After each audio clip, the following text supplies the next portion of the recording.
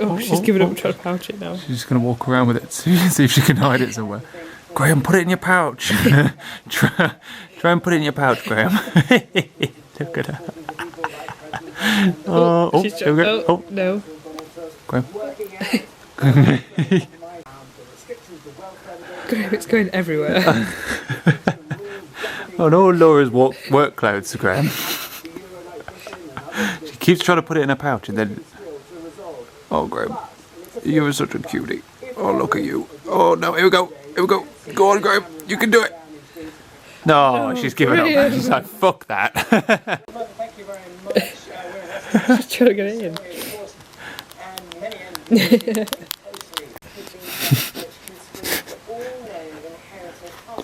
Graham, I look like a right tramp now.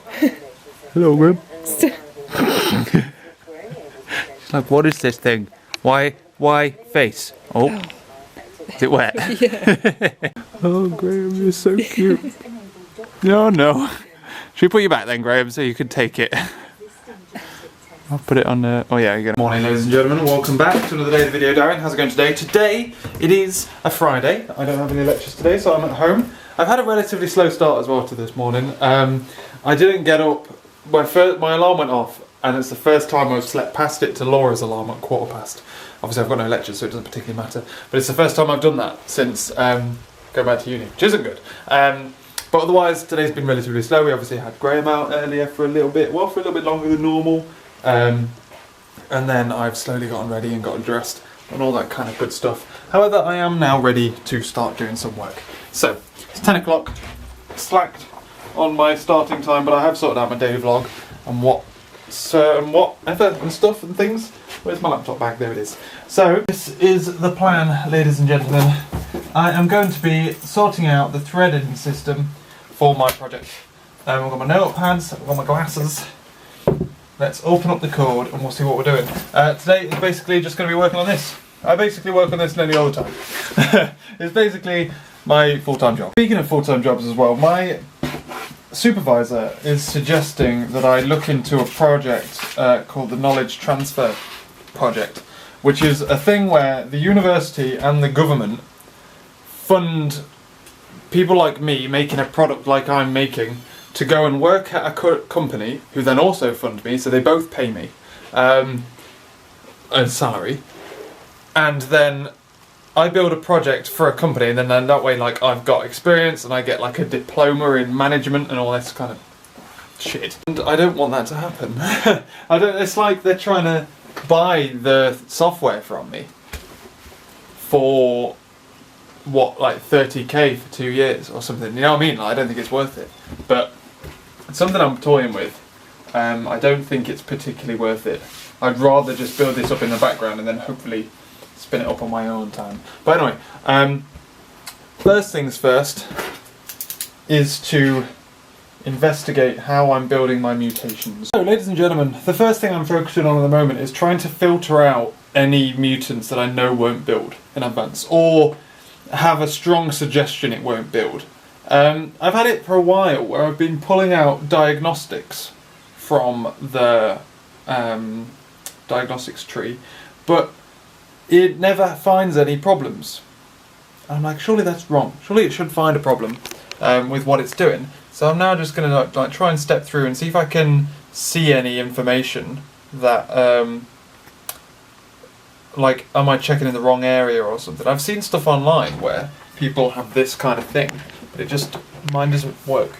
So, just having a look why. So, very strange. What was the last thing I said to you? I've completely mind blank. All I remember, so I don't really know, in short, why it's not producing what I think it should. It's pulling out no diagnostic information from the files. So I've taken that bit out.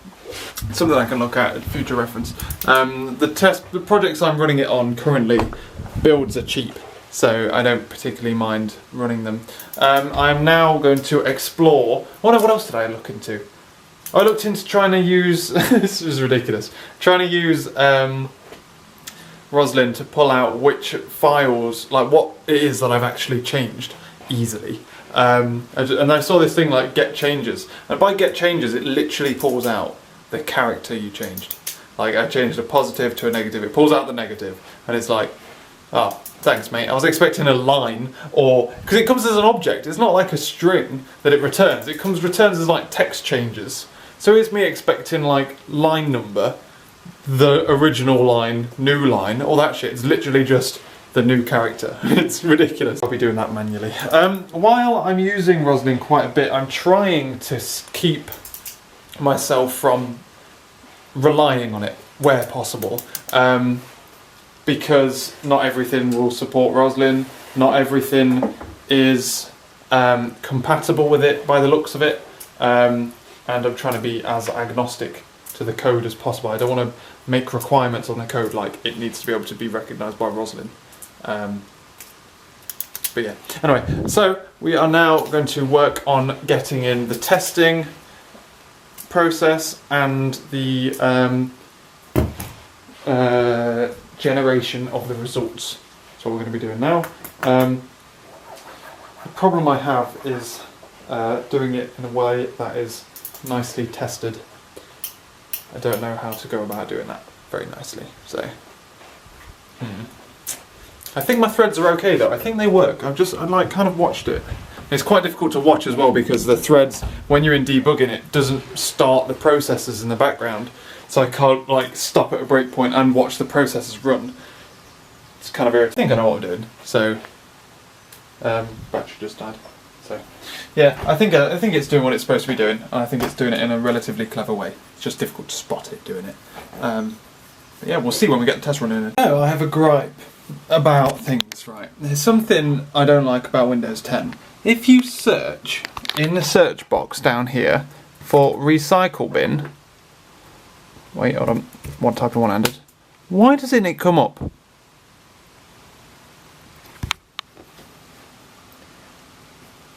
So, if I want to empty my recycle bin, what I normally have to do is go back to the desktop and click on the button at the top. Because I can't, let me search for it. God damn it, Microsoft. Jesus. Anyway, I'm running this system currently on, I need to go bow, shit, balls. I want to put a breakpoint in. Don't get carried away. You bastard, where are you? Where did that even open up? I want to open up that controller. It's not, oh god, it's not responding. God damn it. There we go, there we go, here we go, here we go, here we go. Breakpoint. Now, there, breakpoint there, before we start building. Anyway, so it's something it does, which is quite irritating to be honest with you, is it throws a lot of exceptions while trying to copy the source folders. Because I've got like, well, I'm trying to run it now with multiple threads to see if I can get basically a speed boost on it. Because I've got 10 threads all trying to access essentially the same folder, I feel like it struggles a little bit. I've got in there now like a way, it will try and get a file several times, and if it can't get it then it sleeps to try and get it. But it looks like I might just have to put a lock on the file. That's probably the best thing to do, isn't it? Lock the file. Do I want to lock every single fucking file though? Because that sounds crazy.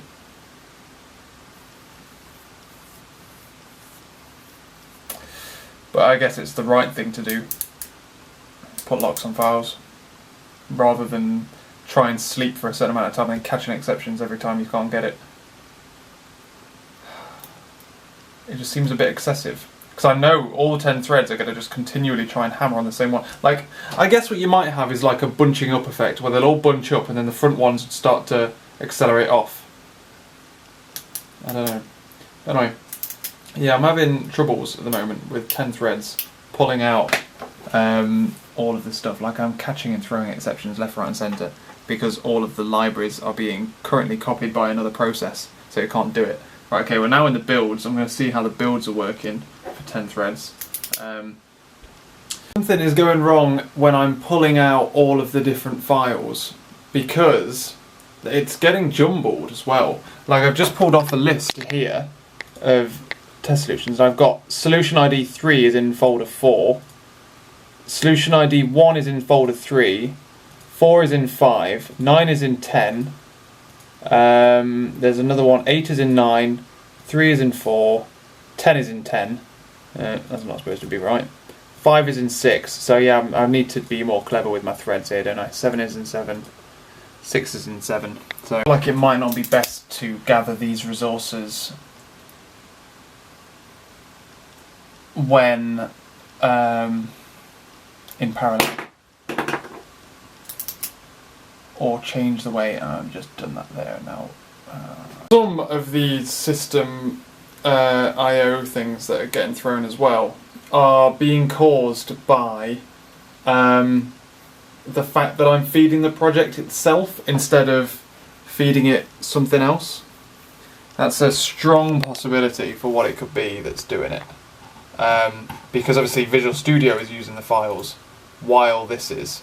I've just taken out the multiple threads and it's so much slower, it's unreal for bulk tests. But I'm just going to see if the same problems occur if it just goes in parallel instead of in sequential. So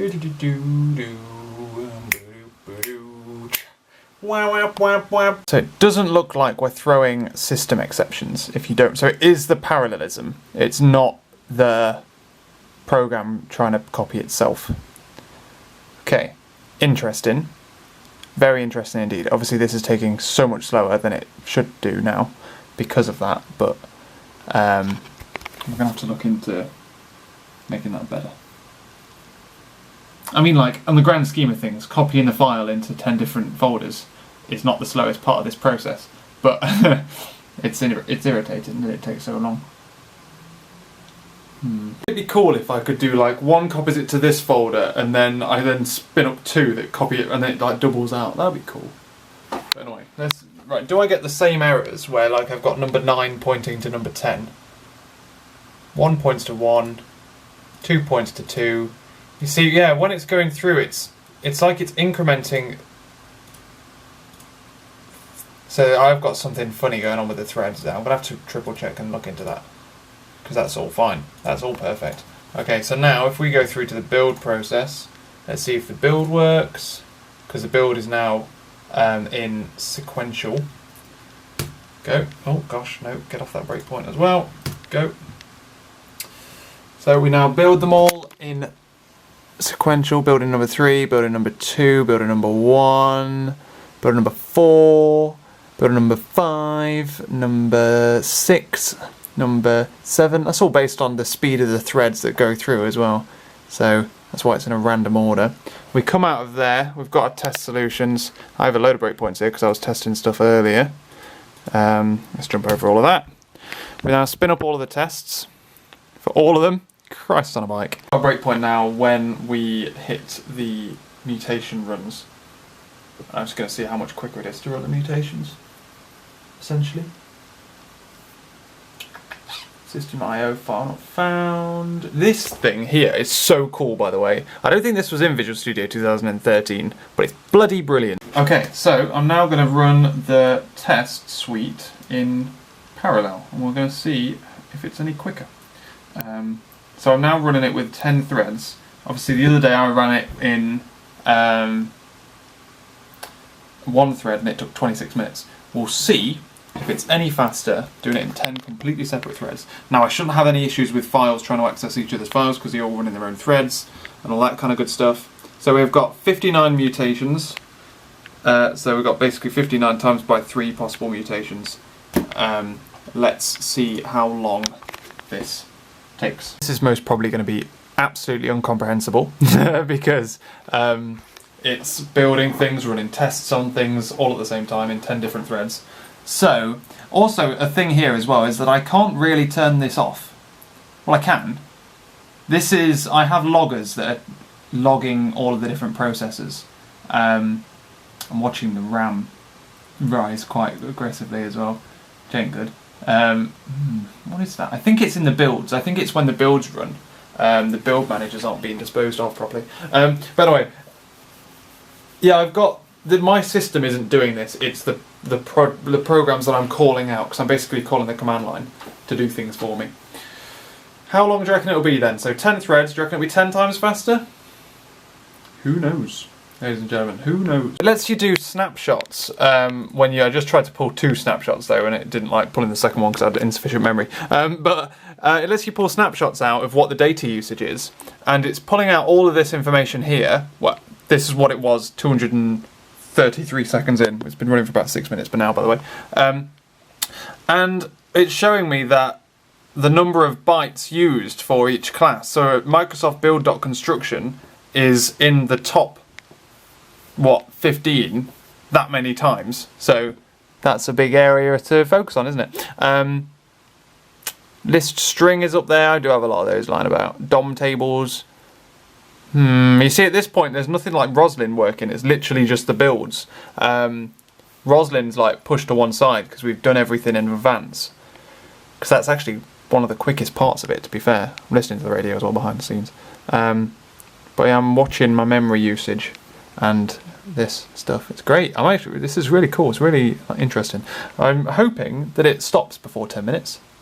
I think running 10 threads and it not being like it taking over 10 minutes is a bit ridiculous, personally, but we'll see. We'll see. It's because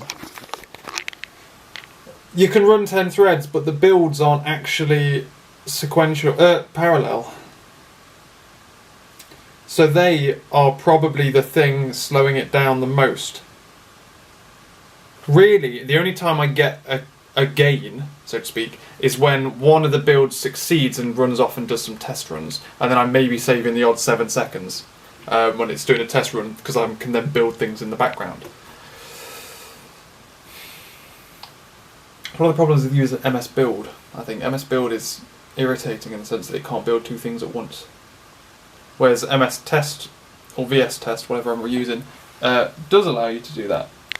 So I may have to look... Well, to be fair, like, performance isn't really a problem for me. It can take as long as it fucking wants, as far as I'm concerned, as long as it works. But we may want to look at installing and running a different compiler that can do multiple things. Or maybe setting up a build server and then just... no. But yeah, why the builds? I'm really trying to keep an eye on it to try and figure out how many builds are going on at the same time as the test runs. While the builds are going, the builds are quite quick at the moment, so it's like 1 every 2 seconds or something. The build will fail. If the builds fail, it takes about 2, maybe 1 or 2 seconds at tops. If it succeeds, then it takes like 3 or 4. Each test run takes about 8 seconds, unless you have a lot of them running at the same time, in which case it takes a bit longer. Because it does it in parallel, but it doesn't do perfect parallel. So, I mean, I've got to focus on how to speed up the accessing of the files. Mainly because one of my acceptance tests does a bulk test of that, and it takes a long time to run if I don't run it in parallel.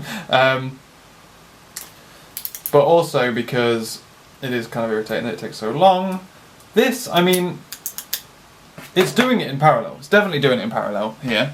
So it's going to be a time gain, I believe, hopefully. I'm happy with this. All I need to do, I'm just going to have a brief idea of how quick it runs.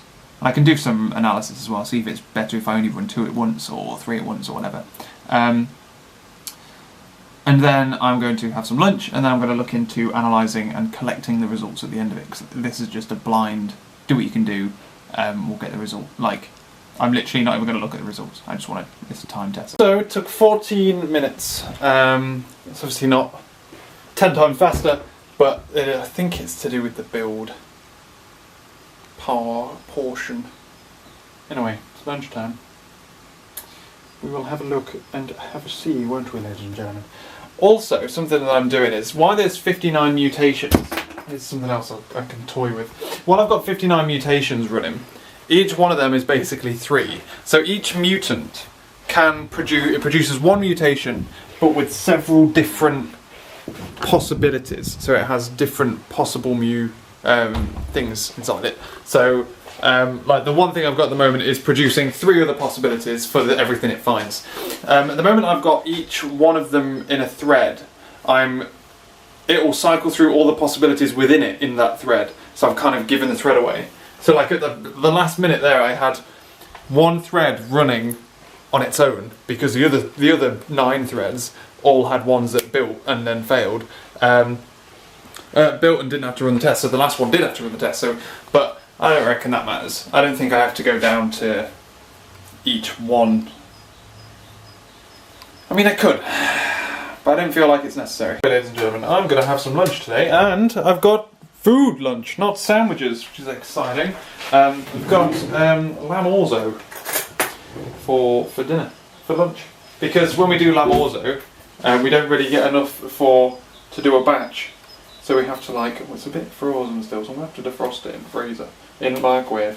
But yeah, like the batch size we make is a bit awkward, which means you get 2 full meals and a lunch out of it, basically, instead of a... Ladies and gentlemen, I've had a lunch break, and I've cleaned the sink. Sinks are disgusting things. I think that's the advantage of having a dishwasher, is you don't get to see just how disgusting a sink is. When you're it just gets really greasy, because obviously we wash up in a bowl and then you tip the bowl over and then it just turns the sink. So anyway, wash the sink, put bleach down the drain of it as well. And I've come in and I've made some changes to the way the build's working now. I'm going to do another test. Oh, pressing the wrong bloody button there. I'm going to do another speed run, but I'm not really doing a speed run. I'm doing a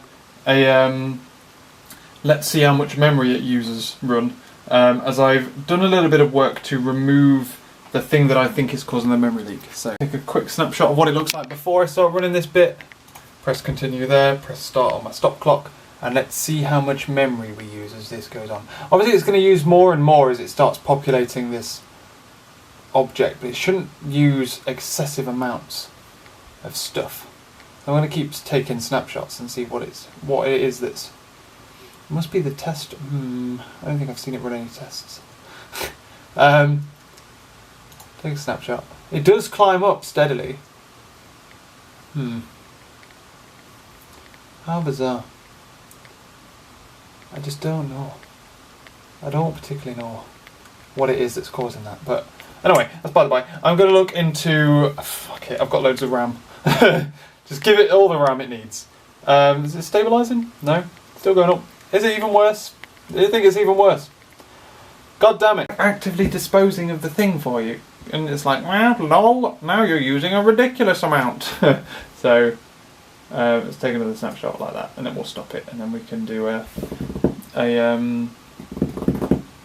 start populating the object that I need to populate in order to get all my answers back. Oh dear. Look at that graph for memory leakage. God damn it.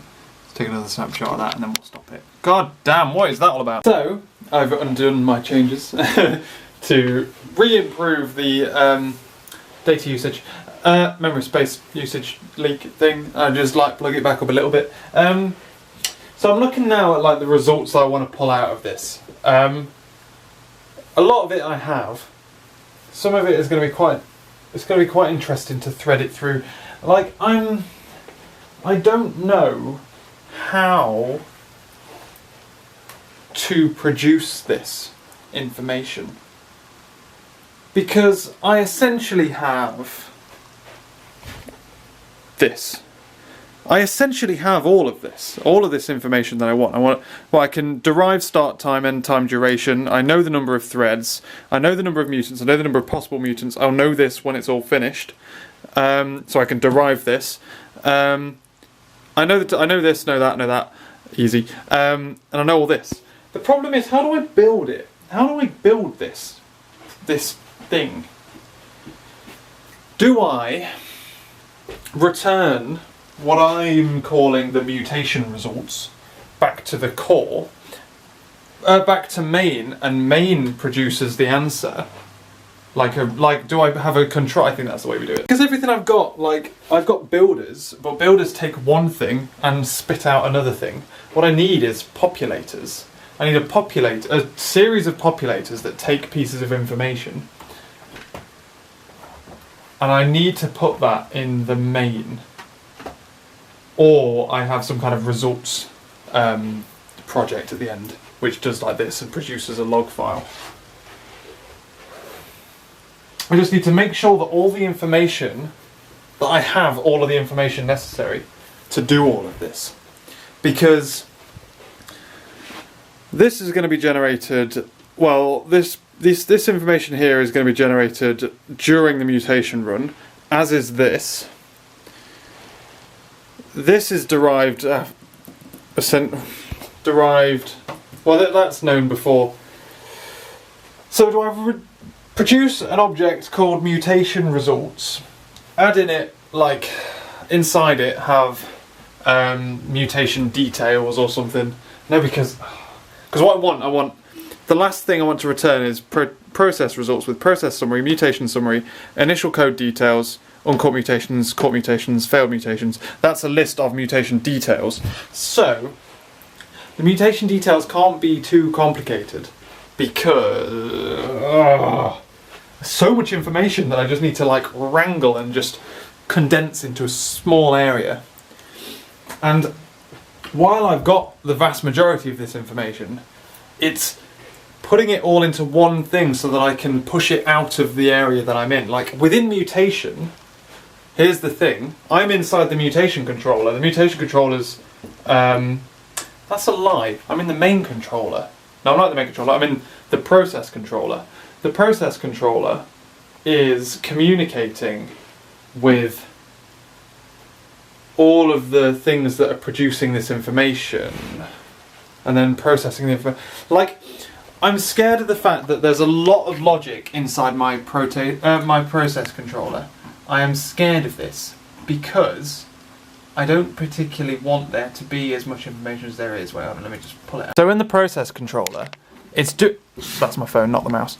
It's doing a lot. It's going through, it generates all the mutations, it then organises all the thread information, goes through all the mutations, organises the threads, then each mutation it finds, it goes through every possible mutation within it, applies it, does the tests, does the compilation, gets all the results, returns it back out.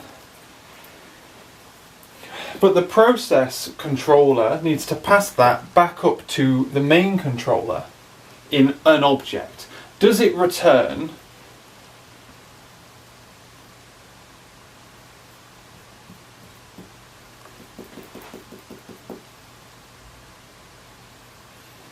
a process results? It should do, because that's what it logically does. But I'm trying to reduce how much it does do. It does a lot of controlling. I want it to just kind of spit out the thing and then I go through a series of populators that do the last bit.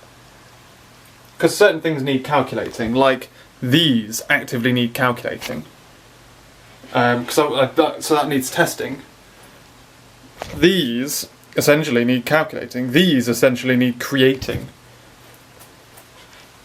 So I want to return as much information as possible without processing it at all. I think I only need a list of the...